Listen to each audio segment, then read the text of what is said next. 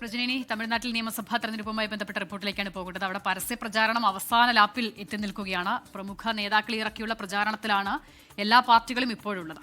കേന്ദ്രമന്ത്രി അമിത്ഷാ ഇന്ന് ചെന്നൈയിലെത്തുന്നുണ്ട്. DMK സഖ്യം വീണ്ടും അധികാരത്തിൽ വരുമെന്ന് മുസ്ലിം ലീഗ് ദേശീയ ജനറൽ സെക്രട്ടറി PK കുഞ്ഞാലിക്കുട്ടി 24-നോട് പറഞ്ഞു. ചെന്നൈ കേന്ദ്രീകരിച്ചാണ് നേതാക്കളെല്ലാം പ്രചാരണത്തിനെത്തുന്നത്. DMK ഇന്ന് ചെന്നൈ ജില്ലയ്ക്കായി പ്രത്യേക പ്രകടന പത്രിക പുറത്തിറക്കി. സൂപ്പർ 6 എന്ന പേരിലാണ് പത്രിക. നഗരത്തിൽ 1000 മിനി ബസുകൾ, മെട്രോ പൂർത്തീകരണം, 10,000 കോടി നിക്ഷേപം, 20,000 തൊഴിലവസരങ്ങൾ തുടങ്ങിയവയാണ് പ്രധാന വാഗ്ദാനങ്ങൾ. തമിഴ്നാട്ടിൽ DMK വീണ്ടും അധികാരത്തിൽ വരുമെന്ന് PK കുഞ്ഞാലിക്കുട്ടി പറഞ്ഞു. തമിഴക വെട്രിക്കഴകം കാര്യമായ മാറ്റമുണ്ടാക്കില്ലെന്നും PK കുഞ്ഞാലിക്കുട്ടി 24-നോട് പറഞ്ഞു. DMK മുന്നണി അധികാരത്തിൽ വരും. TVK കുറച്ച് വോട്ടൊക്കെ പിടിക്കും, പക്ഷേ ഒരു വലിയ ഭരണ നിർവഹണത്തിനുള്ള ഭൂരിപക്ഷം കിട്ടുക അതൊന്നും ഒരിക്കലും ഉണ്ടാവില്ല. ഈ റോഡിൽ പര്യടനം നടത്തിയ കേന്ദ്ര ആഭ്യന്തരമന്ത്രി അമിത്ഷാ വൈകിട്ട് ചെന്നൈ മൈലാപ്പൂരിലെത്തും. TVK അധ്യക്ഷൻ വിജയ് ഉച്ചകഴിഞ്ഞ് തിരുച്ചിറപ്പള്ളി ഈസ്റ്റിൽ പ്രചാരണത്തിനെത്തും.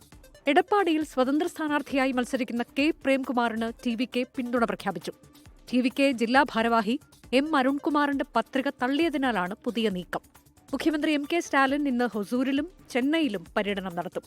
മക്കൾ നീതി മയ്യം അധ്യക്ഷൻ കമൽ ഹാസൻ ഇന്ന് കോയമ്പത്തൂരിലും അവിനാശിയിലും പ്രചാരണത്തിനെത്തും.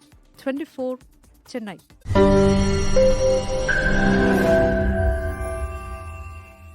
ലോകത്തെവിടെയായാലും ഏത് സമയത്തും 24 വാർത്തകളും ഓഗ്മെന്റഡ് റിയാലിറ്റി പാക്കേജുകളും എക്സ്പ്ലെയിനറുകളും വിശദമായി കാണാൻ ഞങ്ങളുടെ YouTube ചാനൽ നിങ്ങൾക്ക് സബ്സ്ക്രൈബ് ചെയ്യാം.